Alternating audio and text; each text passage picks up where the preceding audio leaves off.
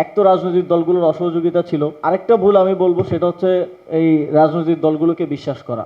যে যত বড়ই স্বৈরাচারী হয়ে উঠতে চাক না কেন, 24-এর স্মৃতি তো সে হয়তো ভুলে যাওয়া সম্ভব না।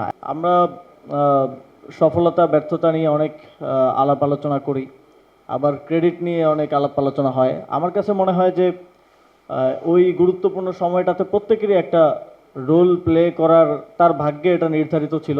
হয়তো কোনো কারণে আমরা সামনে চলে এসেছিলাম, কিন্তু এটা এমন না যে আমরা সামনে না আসলে এই আন্দোলনটা হতো না, আমাদের জায়গায় অন্য কেউ আসতো, কিন্তু মানুষের যে আকাঙ্ক্ষাটা ছিল সেটা কোনো না কোনোভাবে বাস্তবায়িত হতোই।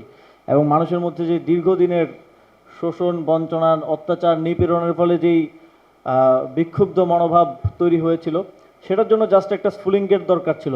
জুলাই গণঅভ্যুত্থানটা সেই একটা স্ফুলিঙ্গ তৈরি করেছে এবং সাধারণ মানুষ নেমে এসে তাদের জীবন দিয়ে অনেকে হাত পা চোখ হারিয়ে এই গণঅভ্যুত্থানকে সফল করেছে। কিন্তু পরবর্তীতে আমাদের যেই ব্যর্থতার আলোচনা, সেখানে মূল আলাপটা আসে যে আমরা একটা গণতান্ত্রিক রাষ্ট্র বিনির্মাণের যেই একটা প্রত্যাশা এবং আকাঙ্ক্ষা তৈরি হয়েছিল, সেখানে হয়তো আমরা পৌঁছাতে পারি নাই। সেটার জন্য অনেকেই রাজনৈতিকভাবে অনেকে মনে করে যে আমার কোনো দোষ নাই, অপরের দোষ। কিন্তু আমার মনে হয় কালেকটিভলি এটা একটা আমাদের কালেকটিভ ফেলিওর হয়েছে। এবং অন্তর্বর্তীকালীন সরকার যেহেতু তাৎক্ষণিকভাবেই গণঅভ্যুত্থানের পরে দায়িত্বে এসেছিল, অন্তর্বর্তী সরকারের এ বিষয়ে সমালোচনা আছে। আমারও এক ধরনের আত্মসমালোচনার জায়গা থেকে, আমি যেহেতু সরকারের অংশ ছিলাম, আমার মনে হয়েছে যে এক তো রাজনৈতিক দলগুলোর অসহযোগিতা ছিল, এটা আপনারা দেখেছেন, যে হাজার হাজার শত শত আন্দোলন, এবং রাজনৈতিক দলগুলো বিএনপি প্রায় 1 মাসের মতো সচিবালয়ে পরবর্তীতে যমুনা ঘেরাও করে রেখেছিল, আপনারা সবাই জানেন। তো আমাদেরও আরেকটা ভুল আমি বলবো সেটা হচ্ছে এই রাজনৈতিক দলগুলোকে বিশ্বাস করা। আমরা আমরা তো আর জাতীয় রাজনৈতিক দলগুলোর সাথে কখনো রাজনীতি করিনি, আমরা ক্যাম্পাসে ছাত্র রাজনীতি করতাম। ফলে ছাত্র সংগঠনগুলো, ছাত্র ইউনিয়ন কিভাবে চিন্তা করে, ছাত্রদল, ছাত্রলীগ, ছাত্র শিবির বা অন্যান্যরা কিভাবে চিন্তা করে সেটা আমরা বুঝি।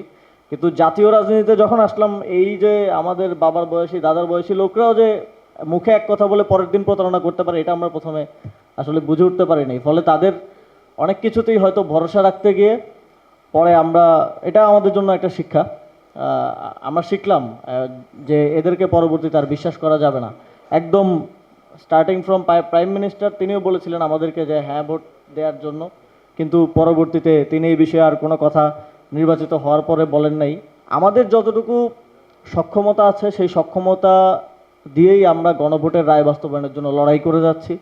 লড়াই করতে গিয়ে আমরা শেখ হাসিনাকে তাড়াতে গিয়েও হামলার শিকার হয়েছি, মামলার শিকার হয়েছি, জেলে ছিলাম, আবার এখন নতুন করে হামলা মামলার শিকার হচ্ছি, সামনেও হয়তো হব। কিন্তু আমাদের জায়গা থেকে আমাদের যে কমিটমেন্ট জনগণের প্রতি, দেশের মানুষের প্রতি, এবং বিশেষ করে আমাদের জুলাই গণঅভ্যুত্থানের শহীদ আহতদের প্রতি, সেই কমিটমেন্ট বাস্তবায়নের জন্য আমরা আমাদের লড়াইটা চলমান রাখবো। জনগণের একটা বৃহৎ অংশ প্রতিবাদ এবং অন্যায় অবিচারের বিরুদ্ধে তারা রুখে দাঁড়াচ্ছে, তারা নিয়মিত এই আলোচনাগুলোতে থাকছে, এবং তারা বিভিন্ন বিষয়ে কথা বলছে, যেটা গণঅভ্যুত্থানের আগে খুব পরিচিত দৃশ্য ছিল না।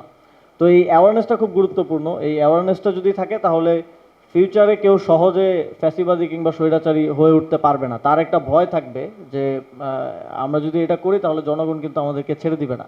তো জনগণের শক্তিটা সবচেয়ে গুরুত্বপূর্ণ এই জায়গায়, এবং জনগণের শক্তিকেই কিন্তু সকল ফ্যাসিবাদী এবং স্বৈরাচারী শক্তি ভয় পায়। আমার আপনার মতো অনেক পলিটিশিয়ান কিংবা চিন্তকদের হয়তো ভয় পায় না, কিন্তু জনগণকে ভয় পায়। জনগণ কি করতে পারে এটা এটা তো সবার মাথায় আছে। যে যত বড়ই স্বৈরাচারী হয়ে উঠতে চাক না কেন, 24-এর স্মৃতি তো সে হয়তো ভুলে যাওয়া সম্ভব না। এবং তারও মাথায় আসে যে আমি আজকে যেখানে যেই মন্ত্রীপাড়ায় কিংবা যেই গণভবনে বসে স্বৈরাচার কায়েম করার কথা ভাবছে, এই বেডরুমেই জনগণ এসে ঢুকেছিল, আবারও তারা সেই ঢোকার সক্ষমতা রাখে। এই মেসেজটা যদি জনগণের পক্ষ থেকে থাকে, এই অ্যাওয়ারনেস এবং প্রতিবাদের সংস্কৃতিটা যদি জারি থাকে, তাহলে আমার মনে হয় যে কেউ আর বাংলাদেশকে পেছন দিকে নিয়ে যেতে সাহস করবে না।